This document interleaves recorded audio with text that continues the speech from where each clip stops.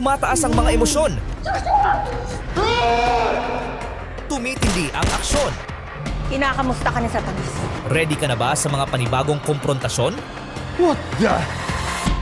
Ito ang ating bidang si Mateo na for the love of his wife, Ruth, at baby girl Miriam, ay na-involve at napahamak sa isang jewelry heist. Pero nabigyan ng bagong pagkakataon sa tulong ni mysterious and mystical best friend Eman. Nagpanggap na deads to evade the cops at ginawang misyon na ma-reunite sa kanyang pamilya. But no!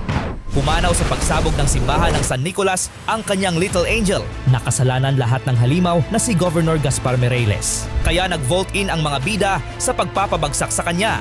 Ang nagdadalamhati at namumuhi na si Ruth, kumampi kay Red Viper, ang long dead but alive na alive ex-wife ni Gob. Habang ang Team Mateo, ni-recruit ang hacker na si Benji. Woo! Yes!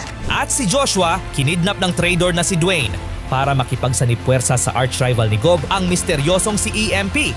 Ikaw mismo ang papatay kay Gaspar Mireles. Lahat sila sasalakay sa ultimate party ng mga drug lords, organized by the governor himself. Parang mabigat dinadala mo ngayon. Basta huwag mo akong iwan sa laban, ha? Oras na.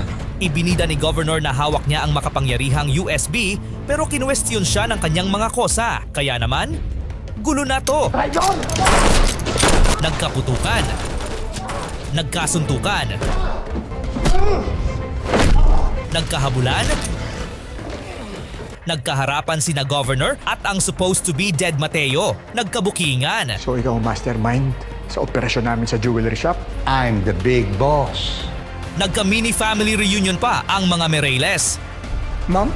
Mommy and Daddy, huwag kayo mag-away. Naduwag si Joshua.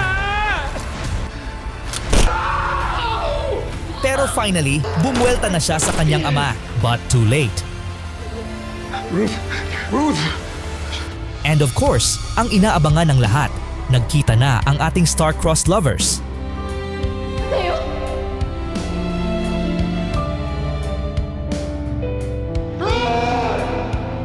But oh no, sobrang short-lived, nakakabitin!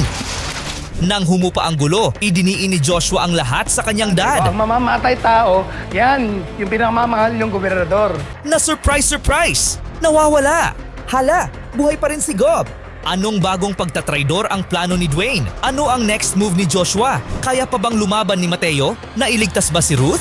O lalong napahamak? Ruth, lumaban ka. Unang sagupaan pa lang ito, papunta pa lang tayo sa totoong laban. Tara na tuwing hapon sa My Best Friend Eman ang totoong laban. Tara sa TV5!